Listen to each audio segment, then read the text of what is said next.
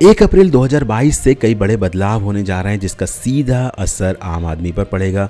अगले महीने bank rule से लेकर टैक्स, जीएसटी, एफडी समेत तक के नियम बदल जाएंगे। इतना ही नहीं, अप्रैल में महंगाई का जोरदार झटका भी लगने वाला है। आज हम आपको 1 अप्रैल से होने जा रहे कुछ ऐसे ही बड़े बदलावों के बारे में बता रहे हैं जो सीधे तौर पर आपको प्रभावित करने वाला है। नंबर 1, पीएफ खाते पर टैक्स। केंद्र सरकार 1 अप्रैल से नए आयकर कानूनों को लागू करने जा रही है। दरअसल 1 अप्रैल 2022 से मौजूदा पीएफ अकाउंट को 2 भागों में बांटा जा सकता है, जिस पर टैक्स भी लगेगा। नियम के मुताबिक ईपीएफ खाते में 2.5 लाख रुपए तक टैक्स फ्री योगदान का कैप लगाया जा रहा है। अगर इसके ऊपर योगदान किया तो ब्याज आय पर टैक्स लगेगा। वहीं सरकारी कर्मचारियों के जीपीएफ में टैक्स फ्री योगदान की सीमा 5 लाख रुपए सालाना है।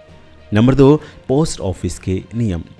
पोस्ट ऑफिस की छोटी बचत योजनाओं में निवेश करने वालों के लिए ज़रूरी बदलाव होने जा रहे हैं।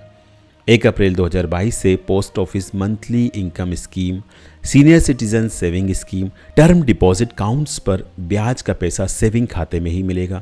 पोस्ट ऑफिस जाकर कैश में ब्याज का पैसा नहीं ले सकते। सेविंग खाते से लिंक कराने पर ब्याज का पैसा इलेक्ट्रॉनिक माध्यम से ट्रांसफ़र हो जाएगा।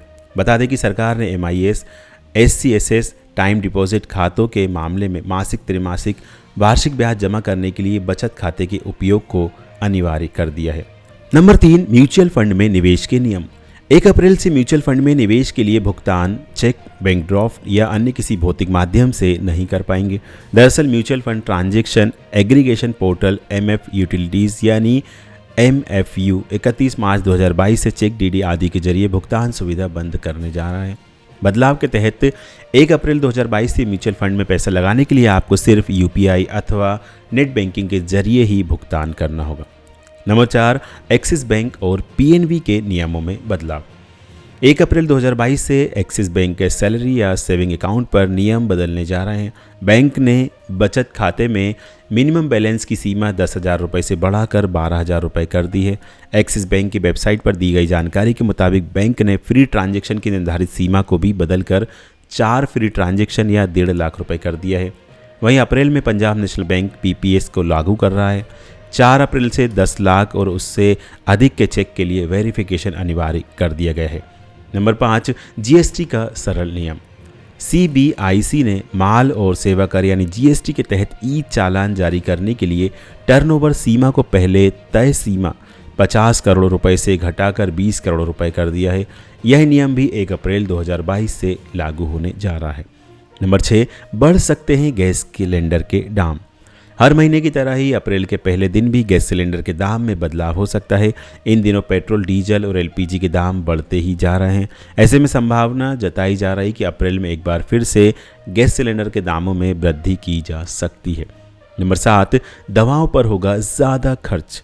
पेन किलर, एंटीबायोटिक्स, एंटीवायरस समेत ज़रूरी दवाओं की कीमतें 1 अप्रैल से बढ़ने वाली है। सरकार ने शेड्यूल दवाओं के लिए 10% से ज़्यादा की बढ़ोतरी की अनुमति दी है। भारत की ड्रग प्राइसिंग अथॉरिटी ने शेड्यूल दवाओं की कीमतों में 10.7% की बढ़ोतरी की अनुमति दे दी है, जिसके बाद अब 800 से ज़्यादा दवाओं की कीमत बढ़ेगी। नंबर 8, 1 अप्रैल से होम वायर्स को झटका। 1 अप्रैल 2022 से केंद्र सरकार पहली बार घर खरीदने वालों को धारा 80 EEA के तहत टैक्स छूट का फायदा देना बंद करने जा रही है। बता दें कि 2019-20 के बजट में केंद्र सरकार ने 45 रुपये तक के घर खरीदने वालों को होम लोन पर अतिरिक्त 1.5 लाख आयकर लाभ की घोषणा की थी। बाद में बजट 2020 और 2021 में इस सुविधा को एक्सटेंड कर दिया गया था, लेकिन इस बार 1 फरवरी 2022 को वित्त मंत्री निर्मला सीतारमण द्वारा पेश किए गए बजट में अगले 1 अप्रैल से शुरू हो रहे नए वित्त वर्ष 2022-23 से इस सुविधा को एक्सटेंड नहीं किया गया है। ऐसे होम वायर्स को अगले वित्त वर्ष 2022-23 से ज़्यादा टैक्स चुकाना पड़ सकता है। नंबर 9, सीनियर सिटीजन्स के लिए स्पेशल FD बंद। सीनियर सिटीजन्स के लिए कोविड-19 महामारी के दौरान भारतीय state bank, ICICI bank, bank of Baroda, HDFC bank समेत ने स्पेशल FD योजना की शुरुआत की थी। इस योजना के तहत सीनियर सिटीजन को FD पर ज़्यादा ब्याज मिल रहा है। हालांकि अब कुछ बैंक इस योजना को बंद कर सकती हैं। दरअसल वरिष्ठ नागरिकों के लिए 2 साल से चल रही इस स्पेशल स्कीम्स को HDFC बैंक और बैंक ऑफ बड़ौदा समाप्त कर सकते हैं, क्योंकि इन बैंकों में वरिष्ठ नागरिकों के लिए स्पेशल एफडी योजना की समय सीमा को विस्तार की घोषणा नहीं की है। ऐसे में माना जा रहा है कि ये 2 बैंक स्पेशल एफडी प्लान को बंद कर सकती हैं। नंबर 10, 1 अप्रैल से क्रिप्टो करेंसी पर लागू नया नियम। 1 अप्रैल से क्रिप्टो करेंसी पर लगने वाले टैक्स नियम भी शामिल हैं। हालिया बजट में वित्त मंत्री ने कहा था कि सभी वर्चुअल डिजिटल एसेट या क्रिप्टो एसेट पर 30% टैक्स लगेगा अगर उसे बेचने पर फ़ायदा होता है। इसके अलावा जब जब कोई क्रिप्टो एसेट बेचा जाएगा तब तब उसकी बिक्री का 1% TDS कटेगा।